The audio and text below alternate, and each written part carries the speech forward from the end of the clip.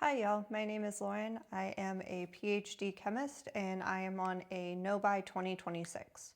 So today we're actually going to be talking about the things that came into my collection for my birthday this year.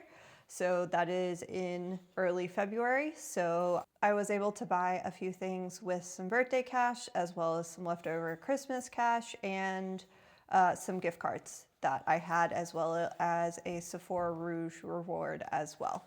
So I'm just gonna be transparent and give you all of the information for the things that I did bring into my collection.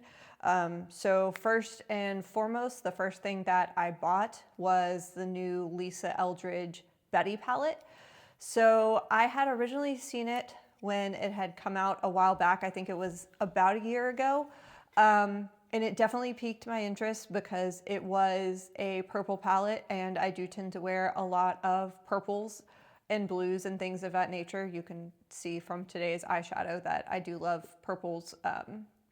Not so much pinks, but it is around Valentine's Day, so that's what we're going with. But essentially, I saw it. I saw that it was an all shimmer palette. I wasn't necessarily kind of on the fence about whether or not I wanted it. I wanted to see more people talk about it and give some reviews. And by the time that people had put up their reviews and everything had been completely done, it was sold out. And I was led to believe that it was a limited edition run. And so I thought it was something that was just over and couldn't get any more. But I did see that it came back on February 6th, I believe. So I bought it the day that it did come back, just to make sure. So that was the first purchase that I made.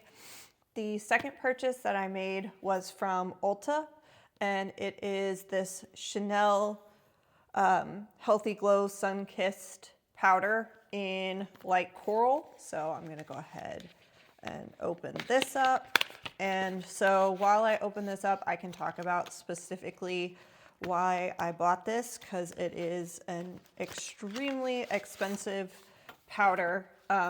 So it looks like this in the compact, which is ginormous. And then the powder itself looks like that. So essentially this has a highlight portion at the top, it has a bronzer portion in the middle, and then it has a blush portion in the bottom. So I chose the lightest color for it, just because I do typically tend to be pale skinned. So I went with light coral.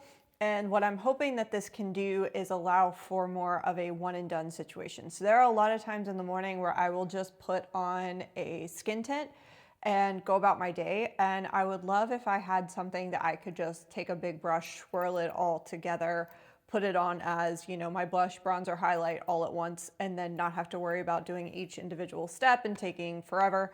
So that's what I'm hoping that this will be. It's just one step, one and done on the days that I'm planning on doing like light makeup. So that is why I purchased that. So for these next few things, like the Betty palette, you're just gonna have to wait and see the photo on the screen because I don't currently have them in hand. The only one that I do have in hand is the Chanel. So I'm currently going back and forth on what I want to use for my Sephora Rouge reward that I saved for this month.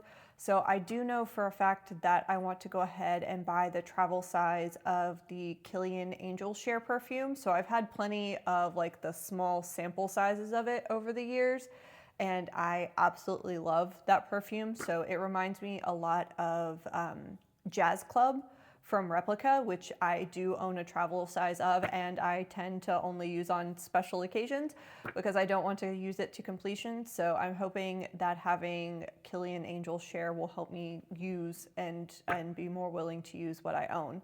So I do know I plan on getting that. And then next, I know I also want the Rhode Pocket Blush, so specifically in the shade Toasted Teddy. So I currently don't own any of the Rhode Pocket Blushes. I've heard quite a few people talk very, very highly of them, and specifically the shade Toasted Teddy. So it looks to be one that on my skin tone, again, I can kind of use more as that one and done. So I can place it a little bit higher on my cheek and use it as both a bronzer and a blush. I want to call it a blonzer, but regardless, use as a bronzer and a blush and just buff it out and be done, move about my day. So I'm trying to get more things that are just one and dones because I have a lot of items that I can use on a day-to-day basis, but they typically take more time than what I want to do on my light makeup days. So that is the reasoning behind getting Toasted Teddy. The final item that I want to get for my $100 Rouge reward is the one that I keep going back and forth on. So I don't know if I am going to get one of the Glossier Cloud Paint blushes. I have a couple shades of those already, and they are one of my absolute favorite. I prefer them even over the Rare Beauty Bouncy blushes, and so I just like the colors that Glossier has a little bit more, and so I don't have any of their darker colors, so I've been going back and forth between both Float, which you should see now, and then also the darker Storm color, which you should be seeing. So my fear with Storm is that it might be too dark for my skin tone and I might not be able to use it to its, full capacity as a blush. So I'm worried, and therefore I'm probably much more likely to get Float than I am Storm. But something else that I've been on the fence back and forth for as well is the Violette FR Mon Cherie Matte Lip Whip, which is hard to say. But I do have one of the Plume Lip Matte Lip Whips in I think I have the darkest shades. So not sure what that is off the top of my head. I think it's Sierra Fume, maybe? But regardless, I have the darkest shade and I absolutely love that. So as you can see today, I am wearing a matte liquid lip, and I do like a lot of the blurred lip looks that you get. And so that is one of the few formulas that I found that wasn't a Korean formula that I really, really enjoy. Problem being is I have so many lip products, which if you watched my inventory video from a few weeks back. I am probably going to go with the Glossier blush just because, again, I don't think I need another lip in my lip collection. I think I need to get through quite a few of the ones that I have first before I talk about bringing in any more lip products. We'll probably just go with the Glossier Cloud Paint blush, probably in Float, but again, you should see what I bring in my Q1 declutters and what entered my inventory. But just for awareness and transparency, I also want to talk about all the numbers for that. So I had $289 left that I could spend this month on beauty products. So I spent $62 on the Betty palette. I spent $95 on this Chanel palette, so sincerely hoping this works.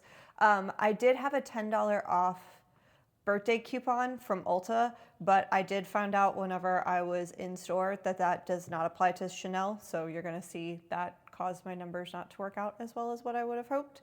I had the $100 Sephora Rouge reward, which I haven't spent yet, but assuming I do buy the Glossier blush, then I should be $1 over that reward, so minus $1 more. And then also for my birthday, I went and got a facial as well.